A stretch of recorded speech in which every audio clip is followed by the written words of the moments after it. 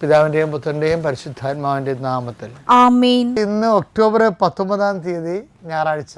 അമ്മേ പരിശുദ്ധമേ, അമ്മേ പരിശുദ്ധമേ, ദൈവമാതാവേ, കൃപാസനത്തിലൂടെ ഞങ്ങൾക്കും ഞങ്ങളുടെ ദേശത്തിനും അമ്മ മധ്യസ്ഥം തേടി തന്ന എല്ലാ അനുഗ്രഹങ്ങൾക്കും കൃപകൾക്കും ഞങ്ങളിപ്പോൾ ഹൃദയം നിറഞ്ഞ നന്ദി പറയുന്നു. അമ്മേ പരിശുദ്ധമേ, അമ്മേ പരിശുദ്ധമേ, ദൈവമാതാവേ, 2004 ഡിസംബർ 7 തീയതി ഉച്ചകഴിഞ്ഞ് 2:30 കൃപാസനത്തിൽ സംഭവിച്ച അമ്മയുടെ പ്രത്യക്ഷപ്പെടലിനെ കുറിച്ച് തിരുസഭയ്ക്ക് സമർപ്പിച്ചിരിക്കുന്ന പഠനരേഖകളുടെ മേൽ സഭാത്മകമായ പഠനം ആരംഭിക്കുവാൻ ഞങ്ങൾ പ്രാർത്ഥിക്കുന്നു. അമ്മേ പരിശുദ്ധമേ, ഭൂസ്വർലോകങ്ങളുടെ രാജ്ഞിയായ അങ്ങേയ്ക്ക് ഭൗമസംരക്ഷണത്തിനായി പ്രപഞ്ച പ്രകൃതിയെ തന്നെ തിരുസഭ പ്രതിഷ്ഠിക്കുവാൻ ഈ പ്രത്യക്ഷീകരണം വഴി ഇടയാക്കണമേ. പരിശുദ്ധമേ, ജപമാല മാതാവേ, സകല കൃപാസനം പ്രാർത്ഥനകളോടും ചേർത്ത് ഞങ്ങളിപ്പോൾ പ്രാർത്ഥിക്കുന്ന ഈ കുടുംബത്തിന്റെ പ്രത്യേക നിയോഗം പറമക്കളെ,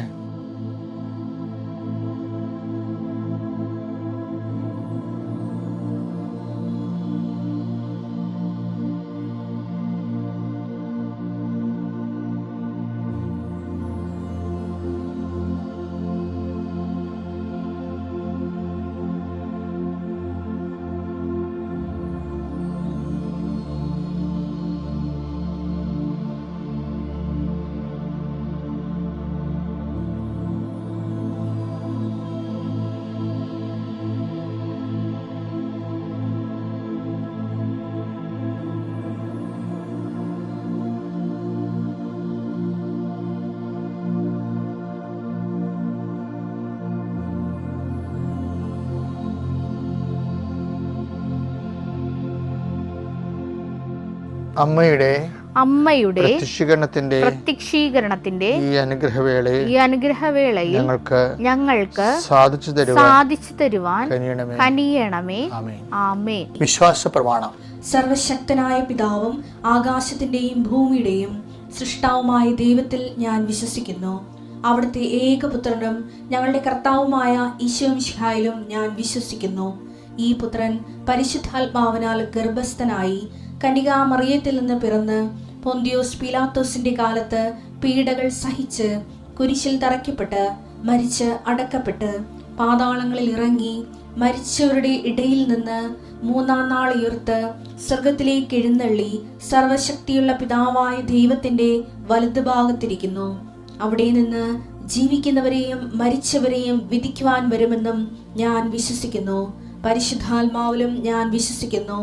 വിശുദ്ധ കത്തോലിക്കാ സഭയിലും പുണ്യവാന്മാരുടെ ഐക്യത്തിലും പാപങ്ങളുടെ മോചനത്തിലും ശരീരത്തിന്റെ ഉയർപ്പിലും നിത്യമായ ജീവിതത്തിലും ഞാൻ വിശ്വസിക്കുന്നു. ആമേൻ. സുഖസ്ഥനായ ഞങ്ങളുടെ പിതാവേ, അങ്ങയുടെ നാമം പൂജിതമാകണമേ. അങ്ങയുടെ രാജ്യം വരണമേ. അങ്ങയുടെ തിരുമനസ് സ്വർഗത്തിലെ പോലെ ഭൂമിയിലും ആകണമേ. അന്നു വേണ്ടുന്ന ആഹാരം ഇന്ന് ഞങ്ങൾക്ക് തരണമേ.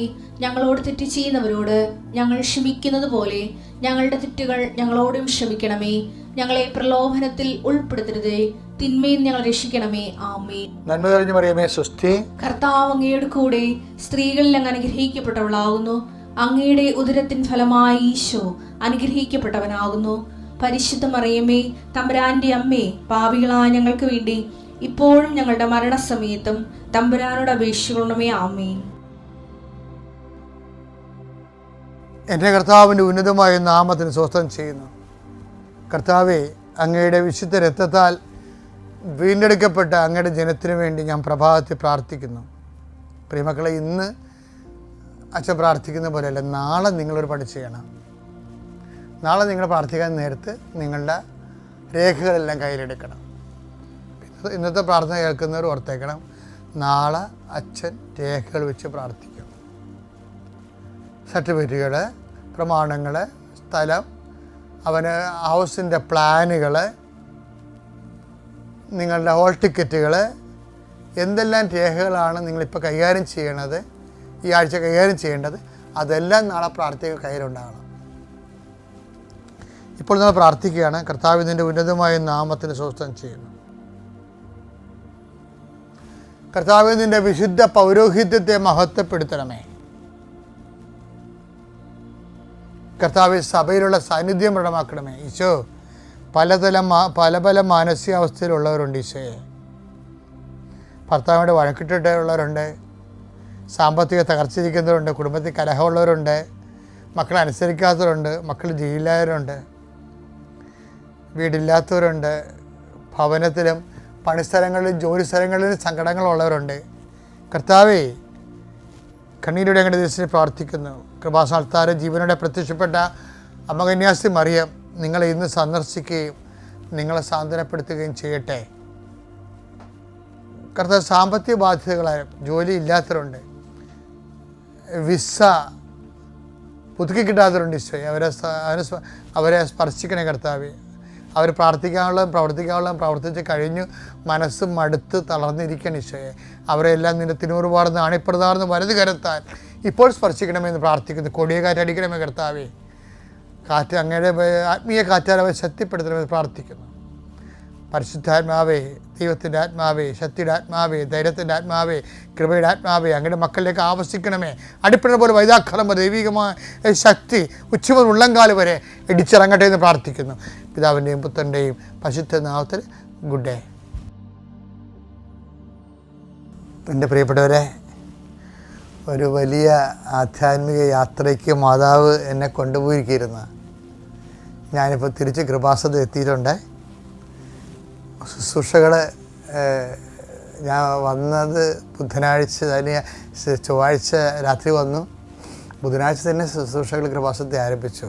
എൻ്റെ ശുശ്രൂഷകൾ കൃപാസനം നല്ല ലൈവായിട്ട് ഭംഗിയായിട്ട് തന്നെ, അച്ഛനില്ലെങ്കിലും നൂറുകണക്കിന് മനുഷ്യർ ഉടമ്പടി എടുത്തും പുതുക്കി ഭംഗിയായിട്ട് പോകുന്നുണ്ടായിരുന്നു.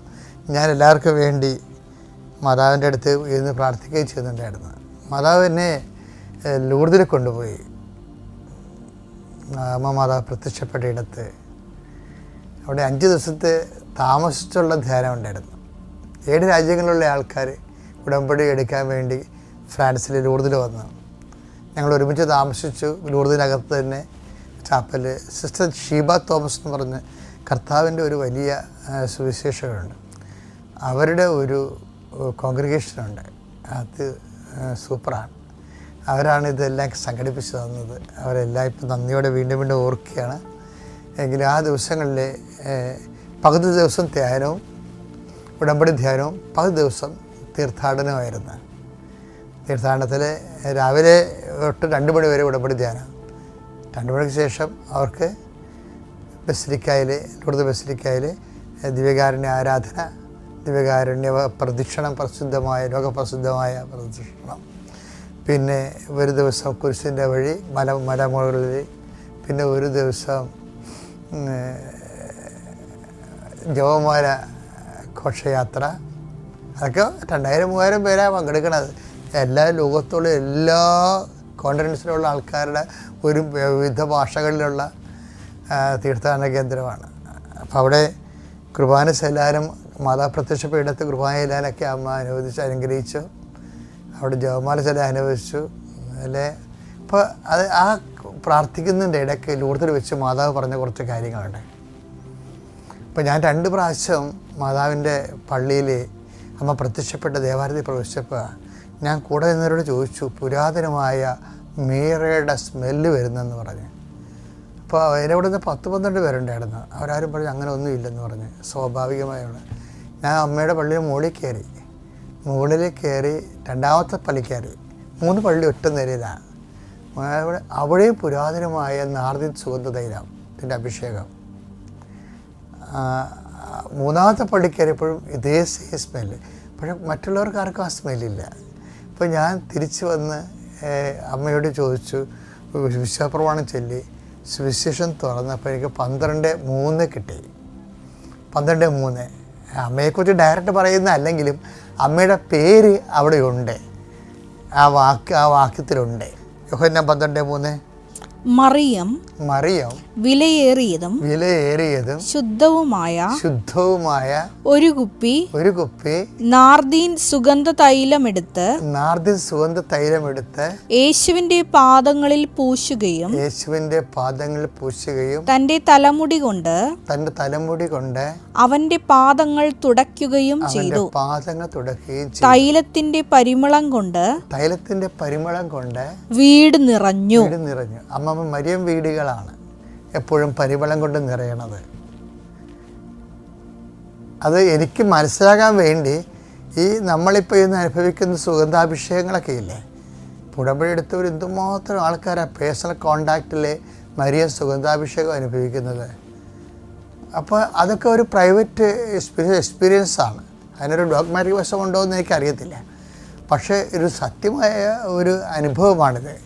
പക്ഷെ അതിനെല്ലാം എവിടെ ഈ ശുശ്രൂഷ എവിടെ നടക്കുന്നു, നമുക്ക് മരിയ സുഗന്ധാഭിഷേകത്തിന് അടിസ്ഥാന ശുശ്രൂഷകളാണെന്നാണ് എനിക്ക് ലൂർദിൽ വെച്ച് അമ്മ പറഞ്ഞത്. മാതാവിൻ്റെ പേരിൽ അവൻ പറയണ പോലെ ചെയ്ത് ജീവിച്ച് കഴിയുമ്പോൾ ഓട്ടോമാറ്റിക്കായിട്ട് മരിയൻ സുഗന്ധാഭിഷേകം ഉണ്ടാകും. അത് പ്രസൻസാണ്, സാന്നിധ്യമാണ്. അപ്പം നിങ്ങളെ എപ്പോഴും കുറച്ച് പേര് ധരിച്ചിരിക്കുന്നത് ഇങ്ങനെ പ്രാർത്ഥനയിൽ ഇങ്ങനെ എരിവും തീഷ്ണതയും കാണിക്കുമ്പോൾ മരിയൻ സുഗന്ധാഭിഷേകം ഉണ്ടാകുമെന്നുള്ള ധാരണയുണ്ട്. ആ ധാരണ തെറ്റാണെന്നൊന്നും ഞാൻ പറയുന്നില്ല. പക്ഷേ അതിന് വേറൊരു വശം കൂടി ഉണ്ട്. എന്താണ്? ശുശ്രൂഷയുടെ വശമുണ്ട്. സുഗന്ധവും ശുശ്രൂഷയുമായിട്ടാണ് ബന്ധപ്പെട്ടിരിക്കുന്നത്. ദൈവ ശുശ്രൂഷകളെ ശക്തിപ്പെടുത്തി കഴിഞ്ഞാൽ എപ്പോഴും നമ്മൾ ശ്രദ്ധിക്കണം. എപ്പോഴും നമുക്ക് അറിയാമല്ലോ, ഉടമ്പടി എന്ന് പറയുന്നത് നമ്മളൊരു ഉടമ്പടി ജീവിതത്തിലാണ്. കഴിഞ്ഞ ദിവസങ്ങളിൽ കൃപാസനത്തിൽ ഒരു മോള്, അവളുടെ ഭർത്താവ്, അവൾക്ക് കല്യാണം കഴിഞ്ഞ് 2 കുഞ്ഞുങ്ങൾ ജനിച്ച് 6 വയസ്സായ ആ കുഞ്ഞിന് 6 വയസ്സായപ്പോൾ തന്നെ ഭർത്താവ് മരിച്ചു.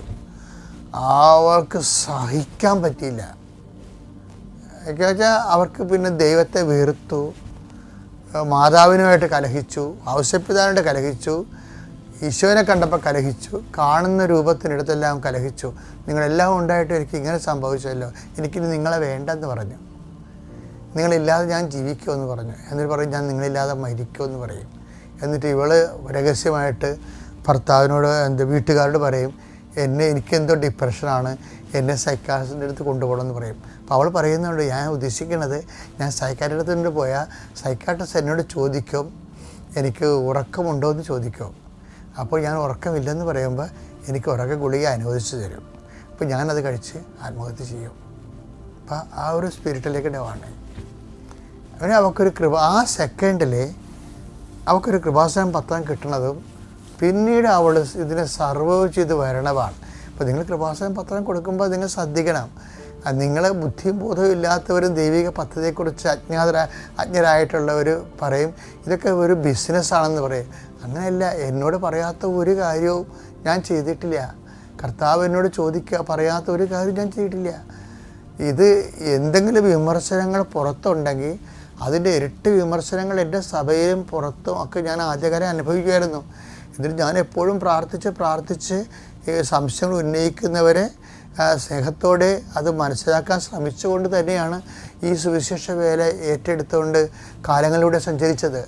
ഇപ്പോഴെന്ത് പറ്റിയെന്ന് വെച്ച് കഴിഞ്ഞാൽ എന്നാ പറ്റിയെന്ന് വെച്ചാൽ മനുഷ്യൻ ഒരു തകർച്ച വന്ന് ദൈവത്തെ നഷ്ടപ്പെട്ടാൽ മാതാവ് തന്നെ നേരിട്ട് ആ പത്രം അവന് കൊണ്ട് കൊടുത്തിട്ട് ആ മോള അങ്ങനെ തന്നെ എടുത്ത് കാര്യം അവർ എടുത്ത് കൃപാസനത്തിൽ കൊണ്ടുവന്ന് സത്രത്തിൽ കൊണ്ടുവന്ന് ചികിത്സിക്കാൻ. കൃപാസനം ഒരു സമരിയക്കാരൻ, മുറിവേറ്റ സമരിയക്കാരൻ്റെ സത്രം പോലെയായി. പക്ഷെ അതൊരു മരിയ സത്രം കൂടിയാണ് ശരിക്കും. എന്താ പറഞ്ഞാൽ ഈ മരിയ സത്രത്തിൽ നിന്ന് നിങ്ങൾ പോകുമ്പോൾ നിങ്ങൾ കൈ വാങ്ങിച്ചുകൊണ്ട് പോകണത് എന്താണ് ചെയ്യുന്നത്? എണ്ണയും വീഞ്ഞും ഒഴിച്ച് അവന് മുറിവുകൾ സുഖപ്പെടുത്താൻ വേണ്ടി ഒരു സമരിയക്കാരനായിട്ടാണ് ഇവിടുന്ന് പോണത്. ഈ സമരിയക്കാരൻ്റെ ശുശ്രൂഷ സുഗന്ധമാണ് സുഗന്ധാഭിഷേകമായിട്ട് കൃപാസനം ഉടമ്പടിക്കാരനുഭവിക്കുന്നത്. ഓക്കെ അല്ലേ? അപ്പോൾ നല്ല സുഗന്ധം അനുഭവിക്കാൻ, നല്ല ശുശ്രൂഷയിലേക്ക് നിങ്ങൾ വരാൻ ദൈവം നിങ്ങൾ അനുഗ്രഹിക്കട്ടെ. Praise the lord. അത്യപൂർവ ദൈവാനുഭവങ്ങൾ ഇനി നിങ്ങൾക്കും സ്വന്തം. ഈ യൂട്യൂബ് ചാനൽ ഇതുവരെ സബ്സ്ക്രൈബ് ചെയ്തിട്ടില്ലെങ്കിൽ ഇപ്പോൾ തന്നെ സബ്സ്ക്രൈബ് ചെയ്യുക.